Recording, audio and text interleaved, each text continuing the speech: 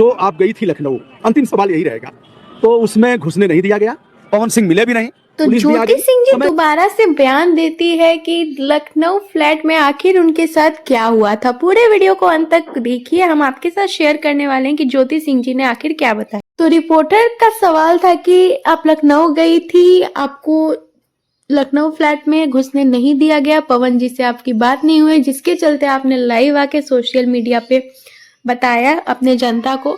उसके बाद पवन सिंह जी की बहुत ज्यादा बेइज्जती हो गई।